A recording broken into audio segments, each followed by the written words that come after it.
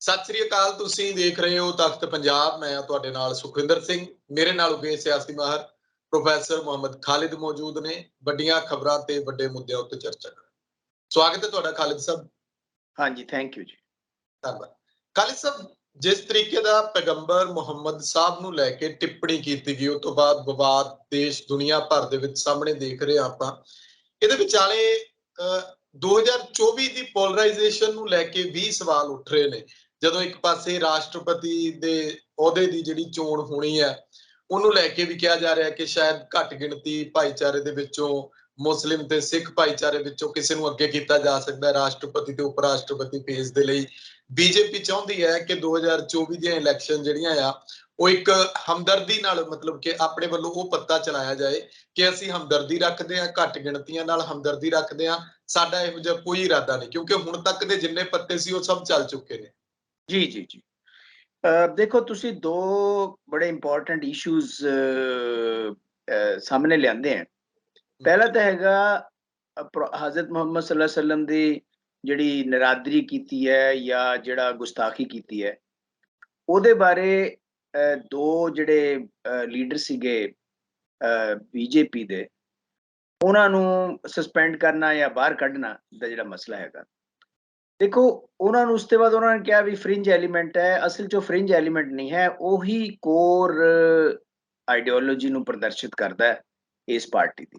ਕਿਉਂਕਿ ਪਿਛਲੇ ਤੁਸੀਂ ਇਸ ਨੂੰ ਕਲੀਅਰ ਕਰ ਦਿਓ ਕਿ ਫਰਿੰਜ ਐਲੀਮੈਂਟ ਭਾਸ਼ਾ ਹਿੰਦੀ ਜਾਂ ਪੰਜਾਬੀ 'ਚ।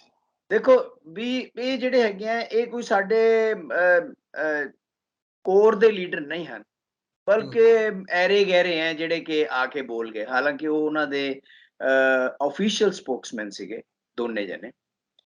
ਦੂਸਰੀ ਚੀਜ਼ ਇਹ ਹੈਗੀ ਹੈ ਕਿ ਇਹ ਜਿਹੜਾ ਮਸਲਾ ਉੱਠਿਆ, ਉਹਦੇ ਵਿੱਚ ਇਹ ਤਾਂ ਆਪਾਂ ਨੂੰ ਸਾਰਿਆਂ ਨੂੰ ਪਤਾ ਹੈ ਕਿ ਕੁਝ ਚੀਜ਼ਾਂ ਐਸੀਆਂ ਹੁੰਦੀਆਂ ਹਨ ਜਿਹਨਾਂ ਵਿੱਚ ਕੋਈ ਵੀ ਰਿਲੀਜੀਅਸ ਕਮਿਊਨਿਟੀ ਟੋਲਰੇਟ ਨਹੀਂ ਕਰਦੀ। ਤੁਸੀਂ ਸਿੱਖਾਂ ਨੂੰ ਕੁਝ ਮਰਜ਼ੀ ਕਰੀ ਜਾਓ, ਲੇਕਿਨ ਅਗਰ ਗੁਰੂ ਗੋਬਿੰਦ ਸਿੰਘ ਜਾਂ ਗੁਰੂ ਨਾਨਕ ਜਾਂ ਕਿਸੇ ਗੁਰੂ ਦੇ ਉੱਪਰ ਬੇਵਕੂਫਾਨਾ ਟਿੱਪਣੀ ਕਰੋਗੇ ਤਾਂ ਨੈਚੁਰਲੀ ਉਹਦਾ ਰਿਐਕਸ਼ਨ ਡਿਫਰੈਂਟ ਤਰੀਕੇ ਦਾ ਹੋਏਗਾ। ਇਸੇ ਤਰੀਕੇ ਦੇ ਨਾਲ ਪਿਛਲੇ 2013 ਤੋਂ ਲੈ ਕੇ ਜਿਸ ਤਰੀਕੇ ਦੇ ਨਾਲ ਮੁਸਲਿਮ ਮੁੱਦਿਆਂ ਨੂੰ ਲੈ ਕੇ ਮੁਸਲਮਾਨਾਂ ਨੂੰ ਜਾਣਬੁੱਝ ਕੇ ਕਟਹਿਰੇ 'ਚ ਖੜਾ ਕਰਕੇ ਇੱਕ ਪੋਲਰਾਈਜੇਸ਼ਨ ਦੀ ਨੀਤੀ ਚੱਲ ਰਹੀ ਹੈ, ਉਹ ਇੱਕ ਅਲੱਗ ਚੀਜ਼ ਸੀਗੀ। ਤੁਸੀਂ ਮੰਦਿਰਾਂ ਨੂੰ ਕਰ ਲਓ, ਮਸਜਿਦਾਂ, ਹਰ ਮਸਜਿਦ ਦੇ ਥੱਲੇ ਮੰਦਿਰ ਕਲੇਮ ਕਰ ਲਓ, ਲੇਕਿਨ ਜਦ ਤੁਸੀਂ ਪ੍ਰੋਫਿਟ ਨੂੰ, ਜਿਹਦੇ ਸਿਰ ਦੇ ਉੱਪਰ ਸਾਰਾ ਇਸਲਾਮ ਖੜਾ ਹੈ, ਉਹਦੇ ਬਾਰੇ ਉਹਨੂੰ ਜਦ ਤੁਸੀਂ ਕਹਿੰਦੇ ਉਹ ਉਹਦੇ ਵਿੱਚ ਸਾਰੇ ਲੋਕ ਇਕੱਠੇ ਹੋ ਗਏ, ਸਾਰੀਆਂ ਧਿਰਾਂ, ਸਾਰੇ ਆਈਡੀਓਲੋਜੀ ਦੇ ਲੋਕ, ਜੇ ਮੁਸਲਮਾਨਾਂ ਦੇ ਵਿੱਚ ਡਿਫਰੈਂਟ ਫਿਰਕਿਆਂ ਦੇ ਲੋਕ ਸਭ ਇਕੱਠੇ ਹੋ ਗਏ, ਔਰ ਇਸਲਾਮਿਕ ਦੇਸ਼ ਵੀ ਸਾਰੇ ਇਕੱਠੇ ਹੋ ਗਏ ਇਸ਼ੂ ਦੇ ਉੱਪਰ। ਚਾਹੇ ਆਰਗੇਨਾਈਜੇਸ਼ਨ ਆਫ ਇਸਲਾਮਿਕ ਕੋਆਪਰੇਸ਼ਨ ਨੇ ਇhtਜਾਜ ਕੀਤਾ, ਚਾਹੇ ਜਿਹੜੀ ਹੈਗੀ ਹੈ GCC ਗਲਫ ਕੋਆਪਰੇਸ਼ਨ ਕੌਂਸਲ, ਜਿਹੜੀ ਕਿ ਗਲਫ ਦੇ ਦੇਸ਼ਾਂ, ਖਾੜੀ ਦੇ ਦੇਸ਼ਾਂ ਦੀ ਹੈਗੀ ਆ, ਉਹਨਾਂ ਨੇ ਕੀਤਾ। ਤਾਂ ਇਹਦਾ ਮਤਲਬ ਹੈ ਕਿ ਤੁਸੀਂ ਇੱਕ ਲਾਲ ਲਾਈਨ, ਲਾਲ ਲਕੀਰ ਕ੍ਰਾਸ ਕੀਤੀ, ਜਿਹੜੀ ਕਿ ਨਹੀਂ ਕਰਨੀ ਚਾਹੀਦੀ ਸੀਗੀ। ਦੂਸਰੀ ਚੀਜ਼ ਇਹ ਹੈਗੀ ਹੈ, ਦੂਸਰਾ ਜਿਹੜਾ ਤੁਸੀਂ ਇਸ਼ੂ ਕੀਤਾ ਹੈ ਉਹ ਹੈਗਾ ਰਿਗਾਰਡਿੰਗ ਆਉਣ ਵਾਲੇ ਇਲੈਕਸ਼ਨ ਦੇ ਵਿੱਚ 2024 ਦਾ ਇਲੈਕਸ਼ਨ ਜਾਂ ਰਾਸ਼ਟਰਪਤੀ ਦਾ ਇਲੈਕਸ਼ਨ ਜਾਂ ਜਿਹੜੀ ਮਾਈਨੋਰਿਟੀਜ਼ ਨੂੰ ਰਿਪਰੈਜ਼ੈਂਟੇਸ਼ਨ ਦੇਣ ਦੀ ਗੱਲ ਹੈ। ਦੇਖੋ, ਮੁਸਲਿਮ ਸੈਕੰਡ ਲਾਰਜੈਸਟ ਜਿਹੜੀ ਹੈਗੀ ਹੈ ਕਮਿਊਨਿਟੀ ਹੈ ਇੰਡੀਆ ਦੇ ਵਿੱਚ, ਜਾਂ ਲਾਰਜੈਸਟ ਮੈਜੋਰਿਟੀ ਹੈ, ਮਾਈਨੋਰਿਟੀ ਹੈ ਇੰਡੀਆ ਦੇ ਵਿੱਚ, ਔਰ ਇੰਡੋਨੇਸ਼ੀਆ ਦੇ ਬਾਅਦ ਦੂਸਰਾ ਸਭ ਤੋਂ ਜ਼ਿਆਦਾ ਮੁਸਲਮਾਨਾਂ ਦੀ ਜਿਹੜੀ ਗਿਣਤੀ ਹੈ ਉਹ ਇੰਡੀਆ ਦੇ ਵਿੱਚ ਹੈ। ਉਹਦੇ ਵਿੱਚ ਜਿਹੜੀ ਰੂਲਿੰਗ ਪਾਰਟੀ ਹੈ ਯਾਨੀ ਕਿ ਬੀਜੇਪੀ, ਉਹਦੇ ਵਿੱਚ ਅੱਜ ਦੀ ਤਰੀਕ ਦੇ ਵਿੱਚ ਇੱਕ ਵੀ MP, ਚਾਹੇ ਲੋਕ ਸਭਾ 'ਚ ਹੋਵੇ ਚਾਹੇ ਰਾਜ ਸਭਾ ਦੇ ਵਿੱਚ, ਉਹ ਮੁਸਲਿਮ ਕਮਿਊਨਿਟੀ ਨੂੰ ਬਿਲੋਂਗ ਨਹੀਂ ਕਰਦਾ। ਇਸ ਤੋਂ ਔਰ ਜਿੰਨੀਆਂ ਵੀ ਇਲੈਕਸ਼ਨਾਂ ਆਉਂਦੀਆਂ ਨੇ, ਇਲੈਕਸ਼ਨਾਂ ਦੇ ਵਿੱਚ ਉਹਨਾਂ ਨੂੰ ਟਿਕਟਾਂ ਕਿੰਨੀਆਂ ਕੁ ਦਿੱਤੀਆਂ ਜਾਂਦੀਆਂ, ਬਹੁਤ ਹੀ ਘੱਟ ਟਿਕਟਾਂ ਦਿੱਤੀਆਂ ਜਾਂਦੀਆਂ, ਅੱਬਲ ਤਾਂ ਦਿੱਤੀਆਂ ਨਹੀਂ ਜਾਂਦੀਆਂ, ਕਿਉਂਕਿ ਇਸ ਪਾਰਟੀ ਦੀ ਆਈਡੀਓਲੋਜੀ ਜਿਹੜੀ ਹੈਗੀ ਹੈ ਉਹ ਖੜੀ ਹੀ ਇਸ ਦੇ ਉੱਪਰ ਹੈ ਕਿ ਮੈਜੋਰਿਟੀ ਨੂੰ ਅਸੀਂ ਪੋਲਰਾਈਜ਼ ਆਪਣੇ ਪਾਸੇ ਕਰਨਾ ਹੈ। ਉਹਦਾ ਬੈਸਟ ਤਰੀਕਾ ਇਹੀ ਹੈ ਕਿ ਇੱਕ ਜਿਹੜੀ ਲਾਰਜੈਸਟ ਮਾਈਨੋਰਿਟੀ ਹੈ ਉਹਨੂੰ ਭੰਡੋ ਤੇ ਉਹਨੂੰ ਕਹੋ ਕਿ ਤੇਰੀ ਵਜ੍ਹਾ ਕਰਕੇ ਸਾਰਾ ਕੁਝ ਹੈ। ਔਰ ਉਹਦੇ ਨਾਲ ਪਹਿਲਾਂ ਇਹ ਕਲੇਮ ਕਰਦੇ ਸੀਗੇ ਕਿ ਕਾਂਗਰਸ ਨੂੰ ਜਾਂ ਦੂਸਰੀਆਂ ਪੋਲੀਟੀਕਲ ਪਾਰਟੀਆਂ ਨੂੰ ਕਿ ਮਾਈਨੋਰਿਟੀ ਅਪੀਜ਼ਮੈਂਟ ਕਰਦੀਆਂ ਨੇ, ਯਾਨੀ ਕਿ ਉਹਨਾਂ ਦੀ ਚਮਚੀ ਮਾਰਦੀਆਂ, ਲੇਕਿਨ ਹੁਣ ਇਹ ਮੈਜੋਰਿਟੀ ਅਪੀਜ਼ਮੈਂਟ ਦਾ ਜ਼ਮਾਨਾ ਆ ਗਿਆ, ਜਿਸ ਵੇਲੇ ਇੱਕ ਸੀਐਮ ਜਿਹੜਾ ਹੈਗਾ ਯੂਪੀ ਦਾ, ਉਹ ਕਹਿੰਦਾ ਹੈ 80-20 ਦਾ ਮੈਚ ਹੈ, ਤਾਂ ਉਹ ਨੈਚੁਰਲੀ ਉਹ ਇਸੇ ਗੱਲ ਦੇ ਉੱਪਰ ਕਲੇਮ ਕਰਦਾ ਹੈ। ਅਗਰ ਤੁਸੀਂ ਕਿਸੇ ਪਾਰਟੀ ਨੂੰ ਦੇਖੋ, ਤੁਹਾਡੀ ਲੀਡਰਸ਼ਿਪ ਦੇ ਵਿੱਚ, ਤੁਹਾਡੇ ਲੈਜਿਸਲੇਚਰਸ ਦੇ ਵਿੱਚ, ਯਾਨੀ ਕਿ ਵਿਧਾਨ ਸਭਾਵਾਂ ਦੇ ਵਿੱਚ ਜਾਂ ਰਾਜ ਸਭਾ ਲੋਕ ਸਭਾ ਦੇ ਵਿੱਚ ਕੋਈ ਵੀ ਮੁਸਲਿਮ ਨਹੀਂ ਹੈ। ਅਗਰ ਹੈ ਤਾਂ ਅੰਸ਼ਕ ਰੂਪ ਇੱਕ ਅੱਧਾ ਕਿਤੇ ਪੂਰੇ ਕੰਟਰੀ ਦੇ ਵਿੱਚ ਹੋ ਸਕਦਾ, ਜਿੱਥੇ 4000 ਤੋਂ ਵੱਧ ਐਮਐਲਏ ਹੋਣ, ਚ ਇੱਕ ਹੋ ਵੀ ਗਿਆ ਉਹਦੇ ਕੋਈ ਫਰਕ ਨਹੀਂ ਪੈਂਦਾ।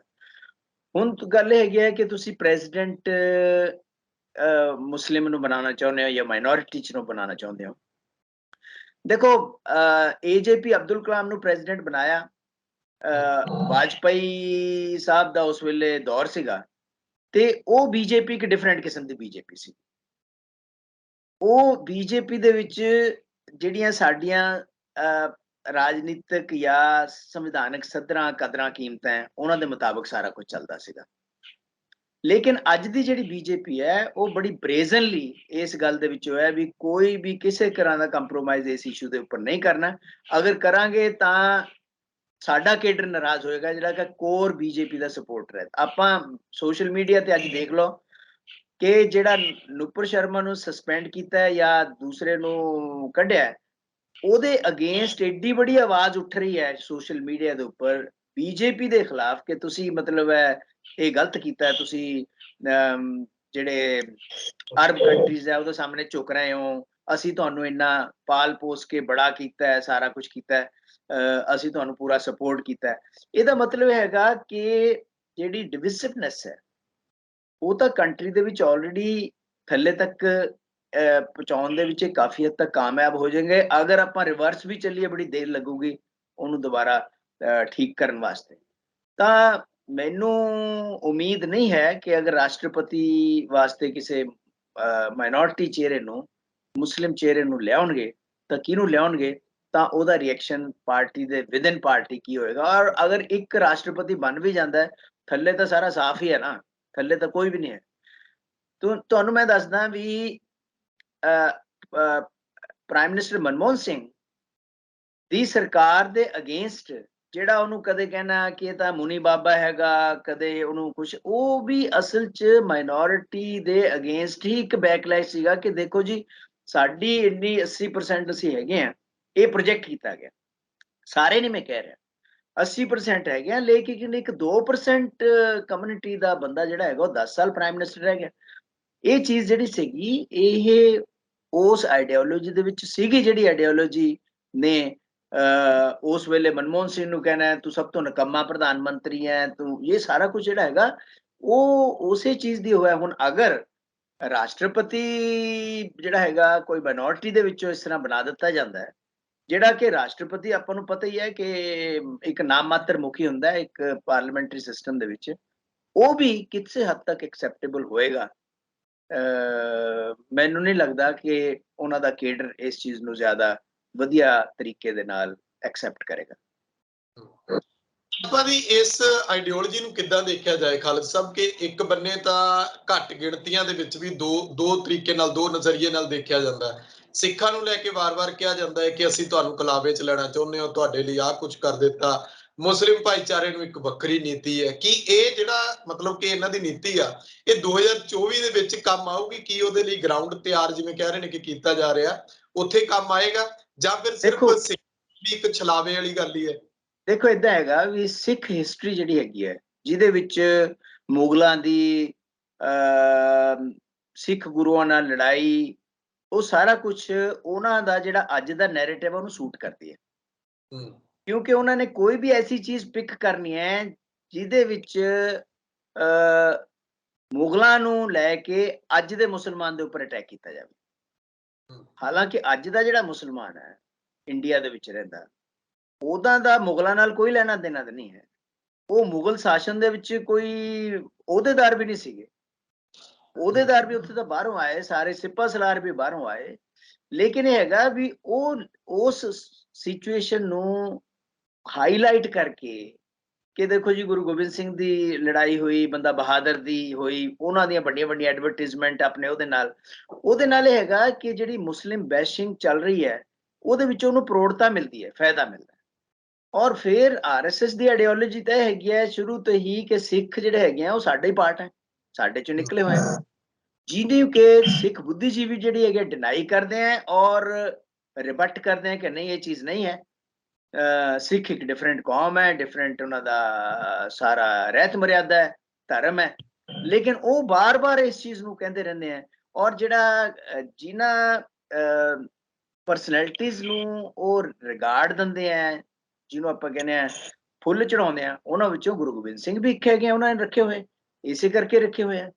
ਉਹਦੇ ਵਿੱਚ ਕੋਈ ਜਿਹੜਾ ਹੈਗਾ ਸ਼ੇਰ ਸ਼ਾਹ ਸੂਰੀ ਨੇ ਵੀ ਬੜਾ ਕੰਮ ਕੀਤਾ, ਉਹਨੇ ਮੁਗਲਾਂ ਦੇ ਅਗੇਂਸਟ ਕੰਮ ਕੀਤਾ, ਇਬਰਾਹਿਮ ਲੋਧੀ ਜਿਹੜਾ ਸੀਗਾ ਮੁਗਲਾਂ ਦੇ ਅਗੇਂਸਟ ਲੜਿਆ, ਲੇਕਿਨ ਉਹ ਸਭ ਚੀਜ਼ਾਂ ਜਿਹੜੀ ਹੈਗੀਆਂ ਉਹ ਤੁਸੀਂ ਨਹੀਂ ਲਿਆ ਸਕਦੇ। ਤਾਂ ਡੈਫੀਨਿਟਲੀ ਇਹ ਜਿਹੜੀ ਸਿਚੁਏਸ਼ਨ ਹੈ ਨਾ, ਇਸ ਸਿਚੁਏਸ਼ਨ ਨੂੰ ਉਹ ਇਸ ਤਰੀਕੇ ਦੇ ਨਾਲ ਸਿੱਖਾਂ ਨੂੰ ਉਹ ਕਹਿੰਦੇ ਆ ਵੀ ਅਸੀਂ ਆਪਣੇ ਕਲਾਵੇ 'ਚ ਲੈ ਲਈਏ ਜਿਵੇਂ ਤੁਸੀਂ ਕਿਹਾ, ਲੇਕਿਨ ਮੁਸਲਮਾਨਾਂ ਦੇ ਨਾਲ ਜਾਂ ਮੁਸਲਿਮ ਇਸਲਾਮਿਕ ਆਈਡੀਓਲੋਜੀ ਦੇ ਨਾਲ ਸਾਡਾ ਕੋਈ ਲੈਣਾ ਦੇਣਾ ਨਹੀਂ ਹੈ। ਤਾਂ ਉਹਨੂੰ ਕਿਉਂਕਿ ਭੰਡ ਕੇ ਹੀ ਅਸੀਂ ਸੱਤਾ ਦੇ ਵਿੱਚ ਰਹਿ ਸਕਦੇ ਹਾਂ ਜਾਂ ਆਏ ਹਾਂ, ਇਹ ਸਾਰਾ ਕੁਝ ਜਿਹੜਾ ਹੈਗਾ ਉਸੇ ਗੇਮ ਦਾ ਇੱਕ ਨਤੀਜਾ ਹੈ। ਇੱਕ ਪ੍ਰੋਗਰਾਮ ਦੇ ਵਿੱਚ ਕੇਂਦਰੀ ਗ੍ਰਹਿ ਮੰਤਰੀ ਅਮਿਤ ਸ਼ਾਹ ਉਹਨਾਂ ਨੇ ਜੋ ਕੁਝ ਕਿਹਾ ਉਹ ਅੱਜ ਦੀਆਂ ਅਖਬਾਰਾਂ ਵਿੱਚ ਛਪਿਆ। ਉਹ ਕਹਿੰਦੇ ਕਿ ਮੁਗਲਾਂ ਨੂੰ ਵਧੇਰੇ ਪ੍ਰਚਾਰਿਆ ਗਿਆ, ਸਾਡੇ ਇਤਿਹਾਸਕਾਰਾਂ ਨੇ ਵੀ ਉਹਨਾਂ ਦੀਆਂ ਗਾਥਾਵਾਂ ਲਿਖੀਆਂ, ਜਦ ਕਿ ਇੱਧਰ ਹਿੰਦੂ ਸਮਾਜ ਦੀ ਉਹਨਾਂ ਨੇ ਗੱਲ ਕੀਤੀ ਕਿ ਬਹੁਤ ਬੈਠੇ ਨੇ ਜਿਨ੍ਹਾਂ ਦਾ ਪ੍ਰਚਾਰ ਕੀਤਾ ਜਾ ਸਕਦਾ ਤੇ ਉਹ ਸੱਚ ਹੈ ਤੇ ਅਸੀਂ ਉਹਦਾ ਪ੍ਰਚਾਰ ਕਰਾਂਗੇ। ਦੇਖੋ ਏਦਾਂ ਹੈਗਾ ਕਿ 1526 ਦੇ ਵਿੱਚ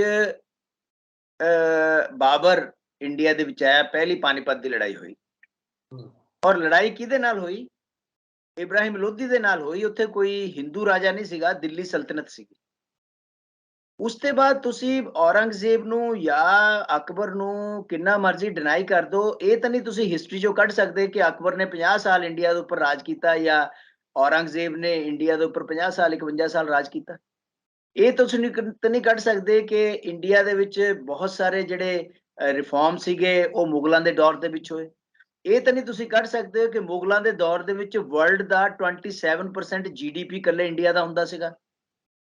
ਤੁਸੀਂ ਕਿੱਥੋਂ ਉਹਨਾਂ ਨੂੰ ਕੱਢਾਂਗੇ? ਤੁਸੀਂ 1000 ਸਾਲ ਦਾ ਰਾਜ ਹੈ ਮੁਸਲਮਾਨਾਂ ਦਾ, ਚਾਹੇ ਉਹ ਗੌਰੀ ਥੇ, ਚਾਹੇ ਗਜ਼ਨਵੀ ਥੇ, ਚਾਹੇ ਉਹ ਗੁਲਾਮ ਥੇ, ਚਾਹੇ ਕੋਈ ਵੀ थे, यानी 1857 ਤੱਕ ਲਾਸਟ ਜਿਹੜਾ ਮੁਗਲ ਐਮਪਰਰ ਸੀਗਾ, 1857 ਤੱਕ ਬਹਾਦਰ ਸ਼ਾਹ ਜ਼ਫਰ ਤੱਕ 1000 ਸਾਲ ਦਾ ਰਾਜ ਹੈ। ਉਹਨੂੰ ਤੁਸੀਂ ਕਿੱਥੋਂ ਕਰੇਦ ਕੇ ਸਿੱਟ ਦਿਓਗੇ ਇੰਡੀਆ ਦੀ ਹਿਸਟਰੀ ਦੇ ਵਿੱਚੋਂ? ਫਿਰ ਤੁਹਾਨੂੰ ਮੈਂ ਇੱਕ ਹੋਰ ਗੱਲ ਦੱਸਦਾ, ਉਹਨਾਂ ਨੇ ਸਿਰਫ ਰਾਜ ਨਹੀਂ ਕੀਤਾ, ਸਾਡੀਆਂ 80% ਚੀਜ਼ਾਂ ਜਿਹੜੀਆਂ ਹੈਗੀਆਂ ਸਾਡੇ ਕਲਚਰ ਦੇ ਵਿੱਚ, ਸਾਡੇ ਖਾਣ ਪੀਣ ਦੇ ਵਿੱਚ, ਸਾਡੇ ਪਹਿਰਾਵੇ ਦੇ ਵਿੱਚ, ਉਹ ਸਾਰੀਆਂ ਸੈਂਟਰਲ ਏਸ਼ੀਆ ਤੋਂ ਆਈਆਂ ਹੋਈਆਂ, ਅਰਬਾਂ ਤੋਂ ਆਈਆਂ ਹੋਈਆਂ। ਤੁਸੀਂ ਕਿੱਥੋਂ ਕੱਢ ਦਿਓਗੇ? ਤੁਹਾਡੇ 80% ਸ਼ਬਦ ਜਿਹੜੇ ਆਪਾਂ ਇਸਤੇਮਾਲ ਕਰਦੇ ਹਾਂ ਪੰਜਾਬੀ 'ਚ, ਈਵਨ ਹਿੰਦੀ ਦੇ ਵਿੱਚ ਬਹੁਤ ਸਾਰੇ ਸ਼ਬਦ ਜਿਹੜੇ ਹੈਗੇ ਆ ਉਹ ਸਾਰੇ ਸੈਂਟਰਲ ਏਸ਼ੀਆ ਦੇ ਹੈਗੇ, ਤੁਸੀਂ ਉਹਨਾਂ ਨੂੰ ਵੀ ਕੱਢ ਦਿਓ। ਮੁਗਲਾਂ ਨੇ ਇੱਥੋਂ ਲੁੱਟਿਆ ਨਹੀਂ, ਬਲਕਿ ਮੁਗਲ ਇੱਥੇ ਆਏ, ਇੱਥੇ ਆ ਕੇ ਰਹਿ ਗਏ। ਅੰਗਰੇਜ਼ਾਂ ਵਾਂਗੂ ਲੁੱਟ ਕੇ ਬਾਹਰ ਨਹੀਂ ਲੈ ਕੇ ਗਏ ਸਮਾਨ, ਉਹ ਅੰਗਰੇਜ਼ਾਂ ਨੇ ਤਾਂ ਕੋਲੋਨਾਈਜ਼ ਕੀਤਾ, ਉਹ ਤਾਂ ਇੱਥੇ ਹੀ ਰਹਿ ਗਏ। ਉੱਥੇ ਉਹਨਾਂ ਨੇ ਤੁਹਾਨੂੰ ਸਭ ਤੋਂ ਵੱਡੀਆਂ ਬਿਲਡਿੰਗਾਂ ਦਿੱਤੀਆਂ। ਫੋਰ ਐਗਜ਼ਾਮਪਲ ਕੱਲ ਹੀ ਮੈਂ ਦੇਖ ਰਿਹਾ ਸੀਗਾ 3 ਲਾਰਜੈਸਟ ਮੋਨੂਮੈਂਟਸ ਹੈ ਜਿਨ੍ਹਾਂ ਵਿੱਚ ਵਰਲਡ ਦੇ ਵਿੱਚ ਸਭ ਤੋਂ ਜ਼ਿਆਦਾ ਆਨਲਾਈਨ ਵਿਜ਼ਿਟ ਕੀਤਾ ਜਾਂਦਾ ਹੈ। ਆਈਫਲ ਟਾਵਰ ਉਹਨਾਂ ਦੇ ਵਿੱਚੋਂ ਇੱਕ ਹੈ, ਔਰ ਜਿਹੜਾ ਹੈਗਾ ਤਾਜ ਮਹਿਲ ਦੂਜੇ ਜਾਂ ਤੀਜੇ ਨੰਬਰ ਤੇ ਹੈ। ਹੁਣ ਗੱਲ ਇਹ ਹੈਗੀ ਹੈ ਕਿ ਤੁਸੀਂ ਜਾਂ ਤਾਂ ਤਾਜ ਮਹਿਲ ਨੂੰ ਉਖਾੜ ਕੇ ਸਿੱਟ ਦਿਓ, ਜਿਵੇਂ ਕਿ ਇਹ ਕਿਹਾ ਜਾਂਦਾ ਹੈ ਕੁਤਬ ਮੀਨਾਰ ਨੂੰ, ਜਾਂ ਕੱਲ ਨੂੰ ਕਹਿਣਗੇ ਜੀ ਜਾਮਾ ਮਸਜਿਦ ਦਿੱਲੀ ਦੇ ਨੀਚੇ ਵੀ ਕੋਈ ਮੰਦਿਰ ਸੀਗਾ। ਇਹ ਚੀਜ਼ਾਂ ਜਿਹੜੀਆਂ ਐਂਡਲੈਸ ਹੈ, ਇਹਦੇ ਨਾਲ ਭੜਕਾਊ ਚੀਜ਼ਾਂ ਹੈਗੀਆਂ ਕਿ ਤੁਹਾਡਾ ਜਿਹੜਾ ਅਸਲੀ ਮੁੱਦੇ ਹੈਗੇ ਆ ਕਿ ਮਹਿੰਗਾਈ ਕਿੰਨੀ ਚੱਲ ਰਹੀ ਹੈ, ਅਸਲੀ ਮੁੱਦੇ ਹੈਗੇ ਆ ਕਿ ਸਾਡੀ ਇੰਡਸਟਰੀ ਜਿਹੜੀ ਹੈਗੀ ਹੈ ਉਹਦੀ ਪ੍ਰੋਡਕਸ਼ਨ ਕਿੰਨੀ ਹੈ, ਇੰਟਰਨੈਸ਼ਨਲ ਲੈਵਲ ਤੇ ਸਾਡਾ ਕੀ ਸਟ੍ਰਕਚਰ ਹੈ। ਹੁਣ ਹੀ ਆਇਆ ਕਿ এনवायरमेंट ਦੇ ਖੇਤਰ ਦੇ ਵਿੱਚ ਅਸੀਂ 180 ਕੰਟਰੀ ਦਾ ਸਰਵੇ ਹੋਇਆ ਔਰ ਅਸੀਂ 180ਵੇਂ ਨੰਬਰ ਤੇ ਖੜੇ ਹਾਂ। ਇਸ ਚੀਜ਼ ਨੂੰ ਡਿਸਕਸ ਕਰੋ।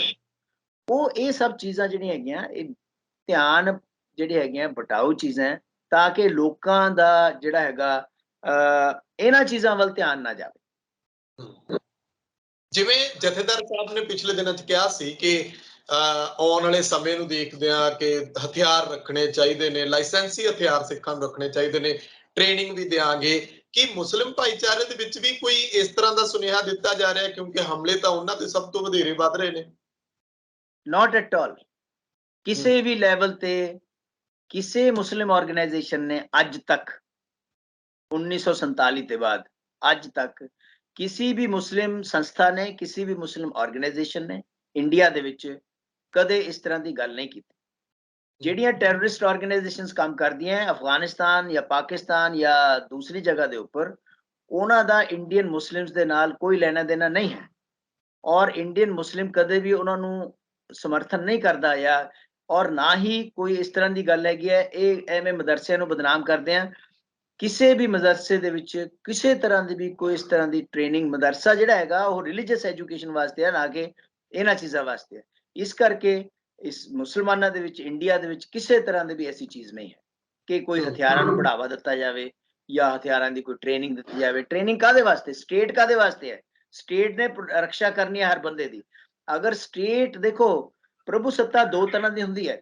ਇੱਕ ਹੁੰਦੀ ਹੈ ਐਕਸਟਰਨਲ ਪ੍ਰਭੂ ਸੱਤਾ ਕਿ ਵਿਦੇਸ਼ੀ ਹਮਲਿਆਂ ਤੋਂ ਰੋਕਣਾ, ਦੂਸਰੀ ਹੈ ਇੰਟਰਨਲ ਪ੍ਰਭੂ ਸੱਤਾ ਕਿ ਦੇਸ਼ ਦੇ ਅੰਦਰ ਰਹਿੰਦੇ ਹੋਏ ਜਿਹੜੇ ਲੋਕ ਹੈ ਉਹਨਾਂ ਪਰ ਸਟੇਟ ਦੀ ਰਿਟ ਚੱਲੇ ਔਰ ਸਟੇਟ ਉਹਨਾਂ ਨੂੰ ਡਿਫੈਂਡ ਕਰੇ।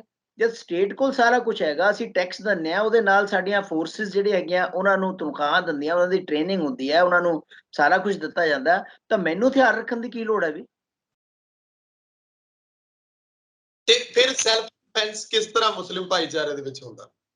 ਦੇਖੋ ਸੈਲਫ ਡਿਫੈਂਸ ਜਿਹੜਾ ਹੈਗਾ ਉਹ ਆਪਾਂ ਇੱਕ ਡੈਮੋਕ੍ਰੈਟਿਕ ਕੰਟਰੀ ਦੇ ਵਿੱਚ ਰਹਿੰਦੇ ਹਾਂ, ਸਾਡਾ ਇੱਕ ਸੰਵਿਧਾਨ ਹੈ, ਸੰਵਿਧਾਨ ਸਾਨੂੰ ਇਜਾਜ਼ਤ ਦਿੰਦਾ ਹੈ, ਸਾਡੀਆਂ ਆਪਣੇ ਫੰਡਾਮੈਂਟਲ ਰਾਈਟਸ ਦੇ ਵਿੱਚ ਫਰੀडम्स ਹੈ। Freedom to assemble without arms, ਯਾਨੀ ਕਿ ਹਥਿਆਰਾਂ ਤੋਂ ਬਿਨਾਂ ਇਕੱਠੇ ਹੋਣ ਦੀ ਸਾਨੂੰ ਆਜ਼ਾਦੀ ਹੈ ਕਿਸੇ ਪਰਪਸ ਵਾਸਤੇ। ਤੁਸੀਂ ਡੈਮੋਨਸਟ੍ਰੇਸ਼ਨ ਕਰ ਸਕਦੇ ਹੋ, ਰੈਲੀ ਕਰ ਸਕਦੇ ਹੋ, ਧਰਨਾ ਦੇ ਸਕਦੇ ਹੋ, ਸੰਵਿਧਾਨ ਦੇ ਦਾਇਰੇ ਦੇ ਵਿੱਚ ਰਹਿੰਦੇ ਹੋਏ ਉਹ ਸੰਵਿਧਾਨ ਤੁਹਾਨੂੰ ਇਜਾਜ਼ਤ ਦਿੰਦਾ ਹੈ। ਉਹ ਸੈਲਫ ਡਿਫੈਂਸ ਹੈ। ਸੈਲਫ ਡਿਫੈਂਸ ਇਹ ਨਹੀਂ ਹੈ ਕਿ ਹਰ ਬੰਦਾ ਬੰਦੂਕ ਚੱਕੀ ਫਿਰੇ।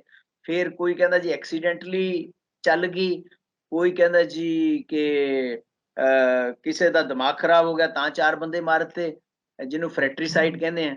ਆਪਾਂ ਅਮਰੀਕਾ 'ਚ ਦੇਖ ਹੀ ਰਹੇ ਹਾਂ ਨਾ, ਬੱਚਾ ਬੰਦੂਕ ਲੈ ਕੇ ਆਉਂਦਾ ਕਲਾਸ ਦੇ ਵਿੱਚ, ਠਾ ਕਰਕੇ 10 ਮਾਰਤੇ। ਇਹ ਕੋਈ, ਮੈਨੂੰ ਤਾਂ ਨਹੀਂ ਲੱਗਦਾ ਕੋਈ ਸਿਵਲਾਈਜ਼ਡ ਤਰੀਕਾ ਹੈਗਾ ਰਹਿਣ ਦਾ।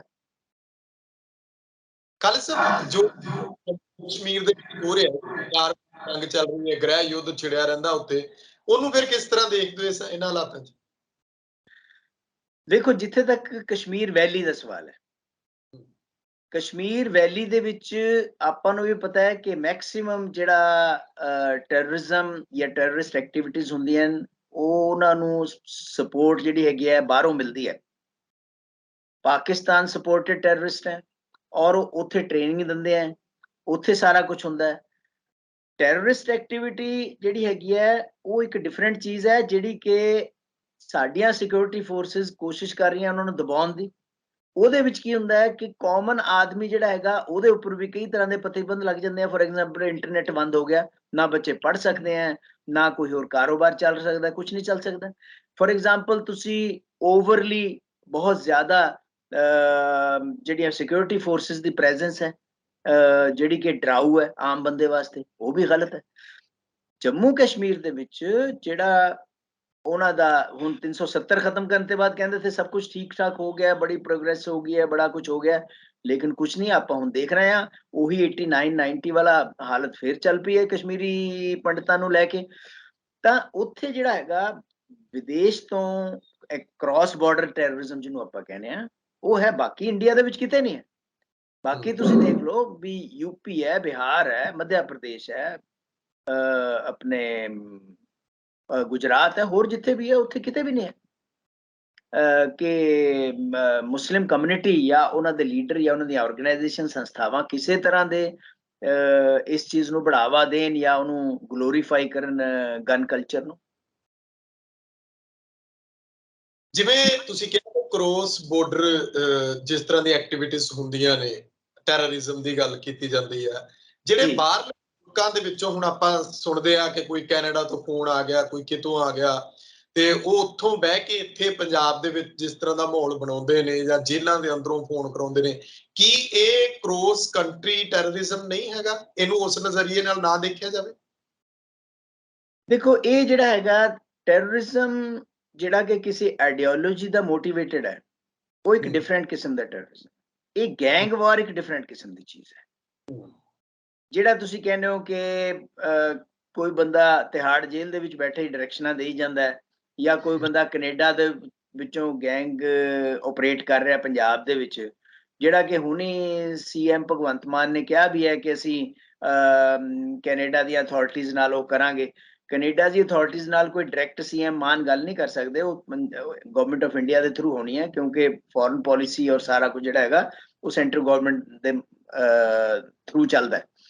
ਲੇਕਿਨ ਉਹਨਾਂ ਦੇ ਜਿਹੜੀਆਂ ਜੜ੍ਹਾਂ ਹੈਗੀਆਂ ਉਹ ਤਾਂ ਇੱਥੇ ਆ, ਉੱਥੋਂ ਡਾਇਰੈਕਸ਼ਨ ਆਉਣੀ ਹੈ, ਲੇਕਿਨ ਬੰਦਾ ਤਾਂ ਇੱਥੇ ਬੈਠਾ ਹੈ। ਅਗਰ ਇੱਥੇ ਸਿਕਿਉਰਿਟੀ ਫੋਰਸਿਸ ਐਕਟਿਵ ਨਹੀਂ ਹਨ, ਜਾਂ ਸਾਡੀਆਂ ਜਿਹੜੀਆਂ ਗੁਪਤਚਰ ਏਜੰਸੀਜ਼ ਹੈ ਉਹ ਇੰਨੀਆਂ ਐਕਟਿਵ ਨਹੀਂ ਹਨ, ਤਾਂ ਫਿਰ ਇਹ ਸਾਰਾ ਕੁਝ ਹੁੰਦਾ। ਜਿਵੇਂ ਕਈ ਕਤਲ ਆਪਾਂ ਨੇ ਦੇਖੇ ਹੈ, ਔਰ ਕਈ ਬੜੇ ਹਾਈ ਪ੍ਰੋਫਾਈਲ ਕਤਲ ਵੀ ਹੁੰਦੇ ਆ, ਉਹ ਇਸ ਕਰਕੇ ਵੀ ਹੁੰਦੇ ਆ ਆਪਣੀ ਧਾਕ ਜਮਾਉਣ ਵਾਸਤੇ ਵੀ, ਦੇਖੋ ਅਸੀਂ ਆਹ ਕੰਮ ਕਰਤਾ, ਉਸਕੇ ਬਾਅਦ ਕਲੇਮ ਕਰਨਾ ਹੈ ਕਿ ਹਾਂ ਅਸੀਂ ਕੀਤਾ। ਤਾਂ ਉਹ ਚੀਜ਼ਾਂ ਜਿਹੜੀ ਹੈਗੀਆਂ ਉਹ ਗੈਂਗ ਵਾਰਫੇਅਰ ਦਾ ਪਾਰਟ ਹੈ, ਉਹ ਟੈਰਰਿਜ਼ਮ ਦਾ ਪਾਰਟ ਨਹੀਂ ਹੈ। ਜੀ ਇੱਕ ਮੈਂ ਹੋਰ ਖਬਰ ਪੜ੍ਹ ਰਿਹਾ ਸੀਗਾ ਖਾਲਿਦ ਸਾਹਿਬ ਕਿ ਤਿਰੰਗੇ ਦਾ ਆਜ਼ਾਦੀ ਕਾ ਮਹਾਉਤਸਵ ਮਨਾਇਆ ਜਾਣਾ, ਕਹਿੰਦੇ ਹਰ ਘਰ ਦੇ ਉੱਤੇ ਤਿਰੰਗਾ ਲਾਇਆ ਜਾਣਾ, ਲਹਿਰਾਇਆ ਜਾਣਾ, ਉਹਦੇ ਲਈ ਟ੍ਰੇਨਿੰਗਾਂ ਸਾਰਾ ਕੁਝ ਚੱਲ ਰਿਹਾ ਹੈ, ਜੋ ਕੁਝ 15 ਅਗਸਤ ਤੋਂ ਪਹਿਲਾਂ ਪਹਿਲਾਂ ਟ੍ਰੇਨਿੰਗ ਚੱਲ ਰਹੀ ਹੈ। ਮੇਰਾ ਧਿਆਨ ਜਾ ਰਿਹਾ ਸੀ ਕਿ ਕੀ ਬਾਕੀ ਮੁੱਦੇ ਜਿਹੜੇ ਨੇ ਉਹ ਮਸਲੇ ਹੱਲ ਹੋ ਗਏ ਸਰਕਾਰ ਵੱਲੋਂ, ਭ੍ਰਿਸ਼ਟਾਚਾਰ, ਬੇਰੁਜ਼ਗਾਰੀ ਜਾਂ ਹੋਰ ਜਿਹੜੇ ਵੱਡੇ ਵੱਡੇ ਸਕੈਮ ਹੁੰਦੇ ਨੇ, ਮਹਿੰਗਾਈ ਦੀ ਗੱਲ ਲਾ ਲਓ, ਲੋਕ ਤਾਂ ਇਸ ਪਾਸੇ ਵੱਲ ਨੂੰ ਤਰਸਦੇ ਨੇ, ਇਹ ਸਿਰਫ ਉੱਥੇ ਤੱਕ ਸੀਮਤ ਰੱਖਣਾ ਚਾਹੁੰਦੇ ਨੇ ਜੋ ਇਹਨਾਂ ਦੀ ਆਈਡੀਓਲੋਜੀ ਇਹਨਾਂ ਨੂੰ 2024 ਵਿੱਚ ਕੰਮ ਆਵੇ ਜਾਂ ਇਲੈਕਸ਼ਨਾਂ ਵਿੱਚ ਕੰਮ ਆਵੇ। ਜੀ ਦੇਖੋ ਇਦਾਂ ਹੈਗਾ ਸੁਖਵਿੰਦਰ ਜੀ ਕਿ ਦੇਸ਼ ਦੀ ਆਜ਼ਾਦੀ ਵਾਸਤੇ ਸਾਰਿਆਂ ਨੇ ਆਪਣਾ ਆਪਣਾ ਰੋਲ ਪਲੇ ਕੀਤਾ, ਉਹਨੂੰ ਕਾਇਮ ਰੱਖਣਾ ਤੇ ਉਹਦੀ ਮਜ਼ਬੂਤੀ ਜਿਹੜੀ ਹੈਗੀ ਆ ਉਹ ਸਾਡਾ ਸਾਰਿਆਂ ਦਾ ਕੰਮ ਹੈ। ਉਹ ਇਸ ਕਰਕੇ ਨਹੀਂ ਹੈ ਕਿ ਮੈਂ ਬਹੁਤ ਵੱਡਾ ਰਾਸ਼ਟਰਵਾਦੀ ਨਹੀਂ ਬਣ ਜਾਊਂਗਾ ਜੇ ਮੈਂ ਆਪਣੇ ਘਰ ਦੇ ਉੱਪਰ ਝੰਡਾ ਨਹੀਂ ਲਗਾਊਂਗਾ, ਬਿਨਾਂ ਉਹ ਤੇ ਵੀ ਮੈਂ ਰਾਸ਼ਟਰਵਾਦੀ ਹੋ ਸਕਦਾ। ਬਿਲਕੁਲ ਬਿਲਕੁਲ ਇਹ ਕੋਈ ਜ਼ਰੂਰੀ ਨਹੀਂ ਹੈ। ਲੇਕਿਨ ਤੁਸੀਂ ਇੱਕ ਸਿੰਬੋਲਿਜ਼ਮ ਦੀ ਜਿਹੜੀ ਗੱਲ ਕਰਦੇ ਹੋ, ਹੁਣ ਤਿਰੰਗਾ ਯਾਤਰਾ ਪਹਿਲਾਂ ਕਿੱਥੇ ਹੁੰਦੀਆਂ ਸੀਗੀਆਂ, ਹੁਣ ਉਹ ਤਿਰੰਗਾ ਯਾਤਰਾ ਵੀ ਹੈ, ਔਰ ਉਹਨੂੰ ਫਿਰ ਵੈਪਨਾਈਜ਼ ਕਰਕੇ ਉਗਰ ਰਾਸ਼ਟਰਵਾਦ ਦੀ ਪ੍ਰਦਰਸ਼ਨੀ ਵੀ ਹੈ, ਉਹਦੇ ਪਰ ਵਿਰੋਧੀਆਂ ਨੂੰ ਇੱਕ ਸੰਕੇਤ ਦੇਣਾ ਵੀ ਹੈ ਕਿ ਅਸੀਂ ਸੋਧੇ ਤੇ ਕਹਿੰਦੇ ਤੁਹਾਡੇ ਕੋਲ ਇੱਕ ਮੁੱਦਾ ਆ ਗਿਆ ਤਿਰੰਗਾ ਯਾਤਰਾ। ਹੁਣ ਗੱਲ ਇਹ ਹੈਗੀ ਹੈ ਕਿ ਪਹਿਲਾਂ 1947 ਤੇ ਬਾਅਦ ਜਿੰਨੇ ਪ੍ਰਧਾਨ ਮੰਤਰੀ ਬਣੇ ਆ, ਜਿੰਨੀਆਂ ਸਰਕਾਰਾਂ ਬਣੀਆਂ, ਉਹ ਵੀ ਲੋਕਾਂ ਦੇ ਪ੍ਰਤੀਨਿਧੀ ਸਰਕਾਰਾਂ ਥੀਆਂ, ਲੋਕਾਂ ਨੇ ਇਲੈਕਟ ਕੀਤਾ ਉਹਨਾਂ ਨੂੰ, ਉਹ ਕੋਈ ਸਿਲੈਕਟਡ ਬੰਦੇ ਨਹੀਂ ਸੀਗੇ। ਤਾਂ ਉਸ ਵੇਲੇ ਵੀ ਤਾਂ ਰਾਸ਼ਟਰਵਾਦ ਸੀਗਾ, ਉਸ ਵੇਲੇ 1965 ਦੀ ਲੜਾਈ ਲੜੀ ਹੈ, 1971 ਦੀ ਲੜਾਈ ਲੜੀ ਹੈ, 1962 ਦੇ ਵਿੱਚ ਲੜਾਈ ਹੋਈ, ਉਸ ਵੇਲੇ ਵੀ ਸਾਰਾ ਕੁਝ ਸੀਗਾ, ਲੇਕਿਨ ਉਹ ਇਹਨਾਂ ਚੀਜ਼ਾਂ ਦੀ ਲੋੜ ਨਹੀਂ ਪਈ। ਲੇਕਿਨ ਅੱਜ ਜਿਹੜੀ ਹੈਗੀ ਇਸ ਕਰਕੇ ਹੈ ਕਿਉਂਕਿ ਜਿਸ ਵੇਲੇ ਕੋਈ ਵੀ ਕਿਸੇ ਵੀ ਕੰਟਰੀ ਦੀ ਲੀਡਰਸ਼ਿਪ ਆਪਣੇ ਜਿਹੜੇ ਪ੍ਰੋਡਕਟਿਵ ਆਈਡੀਆਜ਼ ਹੈ ਉਹਨਾਂ ਤੋਂ ਖਲਾਸ ਹੋ ਜਾਂਦੀ ਹੈ, ਯਾਨੀ ਕਿ ਜਿਹਨੂੰ ਕਹਿੰਦਾ ਹੈ ਜਿਹੜੇ ਵਧੀਆ ਆਈਡੀਆਜ਼ ਹੈ ਉਹ ਉਹਨਾਂ ਪਰ ਉਹ ਗੱਲ ਹੀ ਨਹੀਂ ਕਰਨਾ ਚਾਹੁੰਦੀ, ਕਿਉਂਕਿ ਉੱਥੇ ਉਹ ਕਾਫੀ ਪਿੱਛੇ ਹੈ, ਤਾਂ ਫਿਰ ਇਸ ਤਰ੍ਹਾਂ ਦੀਆਂ ਚੀਜ਼ਾਂ ਅੱਗੇ ਲੈ ਕੇ ਆਉਣਗੇ। ਕੋਈ ਤਿਰੰਗਾ ਯਾਤਰਾ ਕਰਾਏਗਾ, ਕੋਈ ਕਹਿੰਦਾ ਜੀ ਸਾਰੇ ਦੇ ਉਹਦੇ ਤੇ। ਹੁਣ ਮੈਨੂੰ ਇਹ ਦੱਸੋ ਵੀ ਝੰਡੇ ਦਾ ਆਪਣਾ ਇੱਕ ਮਹੱਤਵ ਹੈ, ਕਿਆ ਜਿਹੜੇ ਝੰਡੇ ਸਾਰੇ ਅਗਰ ਲੱਗਦੇ ਆ, ਅੱਬਲ ਤਾਂ ਲੱਗ ਨਹੀਂ ਸਕਦੇ ਸਾਰੇ ਉਹਦੇ ਉੱਪਰ, ਸ਼ਹਿਰਾਂ ਦੇ ਵਿੱਚ ਹੋ ਸਕਦਾ ਹੈ, ਕਿਆ ਉਹ ਝੰਡਾ ਜਿਹੜਾ ਹੈਗਾ ਉਹਦੀ ਉਸੇ ਤਰੀਕੇ ਦੇ ਨਾਲ ਸਨਮਾਨਿਤ ਤਰੀਕੇ ਦੇ ਨਾਲ ਉਹਨੂੰ ਰੱਖਿਆ ਜਾਊਗਾ ਘਰ ਦੇ ਵਿੱਚ, ਕਿਉਂਕਿ ਉਹਦੇ ਬਾਰੇ ਬਕਾਇਦਾ ਗਵਰਨਮੈਂਟ ਆਫ ਇੰਡੀਆ ਦੀਆਂ ਗਾਈਡਲਾਈਨਸ ਹੈ ਕਿ ਝੰਡੇ ਨੂੰ ਕਿਸ ਵੇਲੇ ਕਿਸ ਤਰੀਕੇ ਦੇ ਨਾਲ, ਉਹਦਾ ਕਿੰਨਾ ਸਾਈਜ਼ ਹੋਵੇ, ਉਹਨੂੰ ਕਿਸ ਤਰੀਕੇ ਦੇ ਨਾਲ ਰੱਖਣਾ ਹੈ। ਤਾਂ ਬਾਅਦ ਦੇ ਵਿੱਚ ਇਹ ਤਾਂ ਨਹੀਂ ਹੋਊਗਾ ਕਿ ਤਿਰੰਗਾ ਜਿਹੜਾ ਹੈਗਾ ਉਸ ਤੋਂ ਬਾਅਦ ਤੁਸੀਂ ਹੋਰ ਕੰਮਾਂ ਵਾਸਤੇ ਘਰ ਦੇ ਵਿੱਚ ਇਸਤੇਮਾਲ ਕਰੀ ਚਲੋ, ਇਹ ਵੀ ਤਾਂ ਦੇਖਣਾ ਪਏਗਾ। ਔਰ ਦੂਸਰੀ ਗੱਲ ਇਹ ਹੈਗੀ ਹੈ ਕਿ ਇਹ ਜਿਹੜੀਆਂ ਚੀਜ਼ਾਂ ਹੈਗੀਆਂ ਇਹ ਸਿੰਬੋਲਿਕਲੀ ਤਾਂ ਠੀਕ ਹੈ, ਲੇਕਿਨ ਉਹਨਾਂ ਦਾ ਅਸਲੀ ਰਾਸ਼ਟਰਵਾਦ ਦੇ ਨਾਲ ਕੋਈ ਸੰਬੰਧ ਨਹੀਂ ਹੈ। ਮੈਂ ਤੁਹਾਨੂੰ ਦੱਸਦਾ, ਕਿਆ ਮੈਂ ਰਾਸ਼ਟਰਵਾਦੀ ਹਾਂ ਕਿ ਅਗਰ ਮੈਂ ਦੇਸ਼ ਦੇ ਜਿਹੜੇ ਹੈਗੇ ਆ ਸੀਕ੍ਰੇਟਸ ਵੇਚੀ ਜਾਣਾ, ਉੱਪਰੋਂ ਮੈਂ ਘਰ ਦੇ ਉੱਪਰ ਤਿਰੰਗਾ ਝੰਡਾ ਵੀ ਲਾਈ ਬੈਠਾ ਹਾਂ? ਕਿਆ ਮੈਂ ਰਾਸ਼ਟਰਵਾਦੀ ਹਾਂ ਕਿ ਉਹ ਸਾਰੀਆਂ ਚੀਜ਼ਾਂ ਮੈਂ ਕਰਾਂ ਜਿਹਨਾਂ ਦਾ ਦੇਸ਼ ਦੇ ਸਮਾਜ ਨੂੰ ਨੁਕਸਾਨ ਹੋ ਰਿਹਾ ਹੋਵੇ, ਸਮਾਜ ਡਿਵਾਈਡ ਹੋ ਰਿਹਾ ਹੋਵੇ, ਔਰ ਸਾਡੀ ਸਿਕਿਉਰਿਟੀ ਇੰਟਰਨਲ ਖਤਰੇ 'ਚ ਪੈਂਦੀ ਹੋਵੇ, ਤੇ ਉੱਪਰੋਂ ਮੈਂ ਸਿਰ ਤੇ ਝੰਡਾ ਜਿਹੜਾ ਹੈਗਾ ਆਪਣੇ ਘਰ ਤੇ ਲਾਈ ਬੈਠਾ? ਇਹ ਚੀਜ਼ ਨਹੀਂ ਹੈ। ਗੱਲ ਇਹ ਹੈਗੀ ਹੈ ਕਿ ਤੁਹਾਨੂੰ ਇਹ ਦੇਖਣਾ ਪਏਗਾ ਕਿ ਤੁਹਾਡਾ ਰਾਸ਼ਟਰਵਾਦ ਜਿਹੜਾ ਹੈਗਾ ਉਹ ਕੇਵਲ ਦਿਖਾਵਾ ਨਹੀਂ ਹੈ, ਉਹ ਇੰਟਰਨਲ ਹੈ। ਔਰ ਇੰਟਰਨਲ ਇਸ ਕਰਕੇ ਹੈ ਕਿ ਉਹ ਸਾਡੇ ਵਾਸਤੇ ਬਹੁਤ ਜ਼ਰੂਰੀ ਹੈ। ਲੇਕਿਨ ਅਗਰ ਤੁਸੀਂ ਉਹਦੀ ਸਿੰਬੋਲਿਜ਼ਮ 'ਚ ਹੀ ਪਏ ਰਹੋਗੇ ਤਾਂ ਠੀਕ ਹੈ, ਤੁਸੀਂ ਪਏ ਰਹੋ, ਲੇਕਿਨ ਉਹਦਾ ਕੋਈ ਜ਼ਿਆਦਾ ਫਾਇਦਾ ਨਹੀਂ ਹੋਣ ਲੱਗਿਆ। ਮੇਰਾ ਆਖਰੀ ਸਵਾਲ ਹੈ ਖਾਲਿਦ ਸਾਹਿਬ ਕਿ ਜਿਸ ਢੰਗ ਦੇ ਨਾਲ ਇਹ ਜੋ ਵਰਤਾਰਾ ਵਾਪਰਿਆ ਪੈਗੰਬਰ ਮੁਹੰਮਦ ਸਾਹਿਬ ਨੂੰ ਲੈ ਕੇ, ਉਹਨੂੰ ਲੈ ਕੇ ਜਿਵੇਂ ਬਾਹਰਲੀਆਂ ਕੰਟਰੀਜ਼ ਦਾ ਜਿਹੜੀਆਂ ਮੁਸਲਿਮ ਕੰਟਰੀਜ਼ ਨੇ ਜਾਂ ਹੋਰ ਨੇ, ਉਹਨਾਂ ਵੱਲੋਂ ਇੱਕ ਪ੍ਰੈਸ਼ਰ ਬਣਿਆ ਕਿ ਮਾਫੀ ਮੰਗਣੀ ਚਾਹੀਦੀ ਹੈ। ਆਵਾਜ਼ ਉੱਠੀ ਕਿ ਸ਼ਾਇਦ ਪ੍ਰਧਾਨ ਮੰਤਰੀ ਸਾਹਿਬ ਨੂੰ ਮਾਫੀ ਨਾ ਮੰਗਣੀ ਪਏ। ਪਰ ਕੀ ਬੀਜੇਪੀ ਇਸ ਸਿਚੁਏਸ਼ਨ ਨਾਲ ਟੈਕਲ ਕਰ ਲੂਗੀ ਇਸ ਢੰਗ ਦੇ ਨਾਲ ਕਿ ਇਹਨੂੰ ਲਮਕਾ ਕੇ ਅੱਗੇ ਟਾਈਮ ਵਧਾ ਕੇ, ਕਿਉਂਕਿ ਉਹਨੂੰ ਤਾਂ ਨੂਪੁਰ ਨੂੰ ਤਾਂ ਸਿਰਫ ਮੁਅੱਤਲ ਕੀਤਾ ਗਿਆ, ਕੋਈ ਪਾਰਟੀ ਚੋਂ ਬਾਹਰ ਦਾ ਰਸਤਾ ਤਾਂ ਦਿਖਾਇਆ ਨਹੀਂ ਗਿਆ। ਇਹਦਾ ਮਤਲਬ ਇਹ ਆ ਕਿ ਉਹ ਆਈਡੀਓਲੋਜੀ ਜਿਹੜੀ ਆ ਉਹ ਪਾਰਟੀ 'ਚ ਹਲੇ ਵੀ ਚੱਲ ਰਹੀ ਹੈ, ਉਹ ਗਾਂ ਨਹੀਂ, ਵੀ ਆਈਡੀਓਲੋਜੀ ਦੇਖੋ ਸੁਖਵਿੰਦਰ ਜੀ, ਆਈਡੀਓਲੋਜੀ ਤਾਂ ਉਹੀ ਹੈ ਪਾਰਟੀ ਦੇ ਵਿੱਚ। ਤੁਸੀਂ ਇਹ ਨਹੀਂ ਕਹਿ ਸਕਦੇ ਕਿ ਇਹ ਉਹਨਾਂ ਨੇ ਕਿਹਾ ਵੀ ਇਹ ਗਵਰਨਮੈਂਟ ਆਫ ਇੰਡੀਆ ਦਾ ਬਿਆਨ ਨਹੀਂ ਹੈ, ਬਿਲਕੁਲ ਗਵਰਨਮੈਂਟ ਆਫ ਇੰਡੀਆ ਦਾ ਬਿਆਨ ਨਹੀਂ ਹੈ। ਲੇਕਿਨ ਅਗਰ ਤੁਸੀਂ ਛੋਟੇ ਛੋਟੇ ਇਸ਼ੂ ਦੇ ਉੱਪਰ ਮੁੰਡਿਆਂ ਦੇ ਉੱਪਰ UAPA ਲਗਾ ਦਿੰਦੇ ਹੋ, ਤੁਸੀਂ ਉਹਨਾਂ ਨੂੰ ਟੈਰਰਿਸਟ ਐਕਟੀਵਿਟੀਜ਼ ਦੇ ਅੰਦਰ, ਟਾਡਾ ਦੇ ਅੰਦਰ, ਹੋਰ ਦੇ ਅੰਦਰ ਤੁਸੀਂ ਅੰਦਰ ਕਰ ਦਿੰਦੇ ਹੋ, ਮੁੜ ਕੇ ਪੁੱਛਦੇ ਨਹੀਂ ਕਈ ਸਾਲ, ਔਰ ਫਿਰ ਉਹ ਬਰੀ ਹੁੰਦੇ ਆ। ਇੱਥੇ ਤਾਂ ਐਡਾ ਬੜਾ ਘਮਾਸਾਨ ਜਿਹੜਾ ਹੈਗਾ ਉਹ ਪਿਆ ਹੈ ਦੇਸ਼ ਦੇ ਵਿੱਚ। ਔਰ 50 ਦੇ ਕਰੀਬ ਕੰਟਰੀਜ਼, 57 ਦੇ ਕਰੀਬ ਕੰਟਰੀ ਜਿਹੜੇ ਹੈਗੇ ਆ ਉਹ ਤੁਹਾਨੂੰ ਇਹਦੇ ਪਰ ਕ੍ਰਿਟਿਸਾਈਜ਼ ਕਰ ਰਹੇ ਹਨ, ਤਾਂ ਉਹ ਤਾਂ ਰਾਸ਼ਟਰ ਹਿੱਤ ਦੇ ਅਗੇਂਸਟ ਹੀ ਹੋ ਗਿਆ ਨਾ। ਅਗਰ ਕੋਈ ਵਿਅਕਤੀ ਰਾਸ਼ਟਰ ਹਿੱਤ ਦੇ ਅਗੇਂਸਟ ਕੰਮ ਕਰਦਾ ਹੈ ਤਾਂ ਉਸ ਵਿਅਕਤੀ ਦੇ ਉੱਪਰ ਤਾਂ ਦੇਸ਼ ਧਰੋਹ ਦਾ ਮੁਕੱਦਮਾ ਹੋਣਾ ਚਾਹੀਦਾ ਕਿ ਰਾਸ਼ਟਰ ਹਿੱਤ ਦੇ ਵਿੱਚ ਨਹੀਂ ਸੀਗਾ।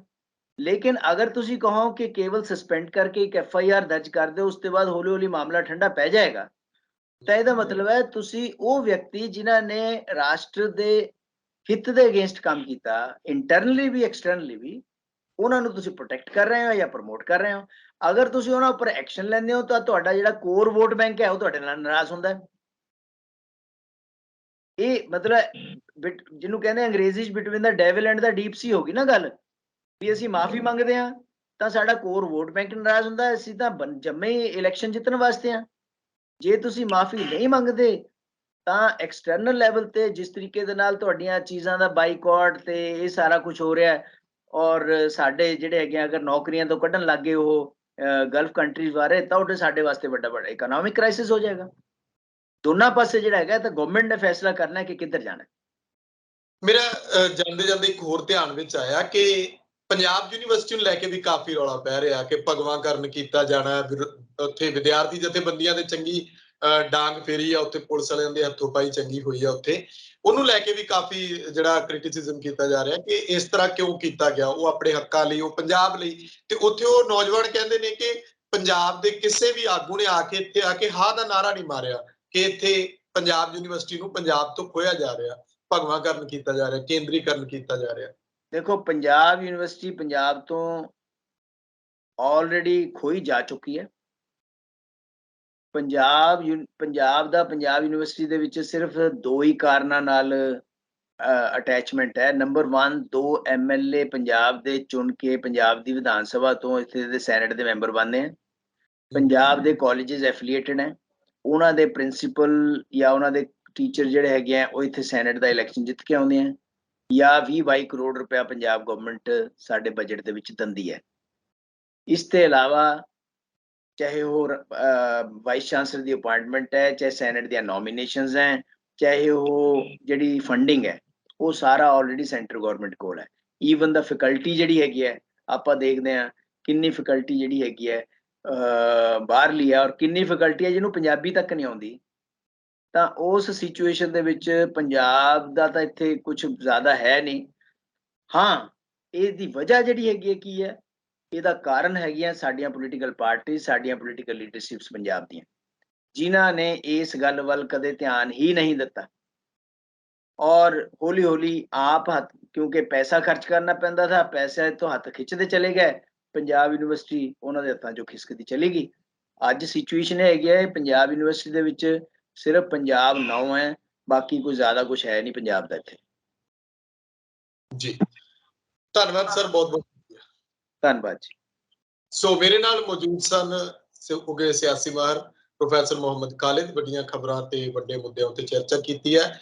ਬੇहद ਚਿੰਤਾਜਨਕ ਹੋ ਜਾਂਦਾ ਜਦੋਂ ਘੱਟ ਗਿਣਤੀਆਂ ਨੂੰ ਲਗਾਤਾਰ ਉਕਸਾਇਆ ਜਾਂਦਾ। ਇਹਦੇ ਬਾਰੇ ਤੁਸੀਂ ਆਪਣੇ ਵਿਚਾਰ ਕਮੈਂਟ ਜ਼ਰੂਰ ਕਰਿਓ। ਤਖ਼ਤ ਪੰਜਾਬ ਨੂੰ ਸਬਸਕ੍ਰਾਈਬ ਕਰੋ। ਮੈਨੂੰ ਇਜਾਜ਼ਤ ਦਿਓ। ਧੰਨਵਾਦ।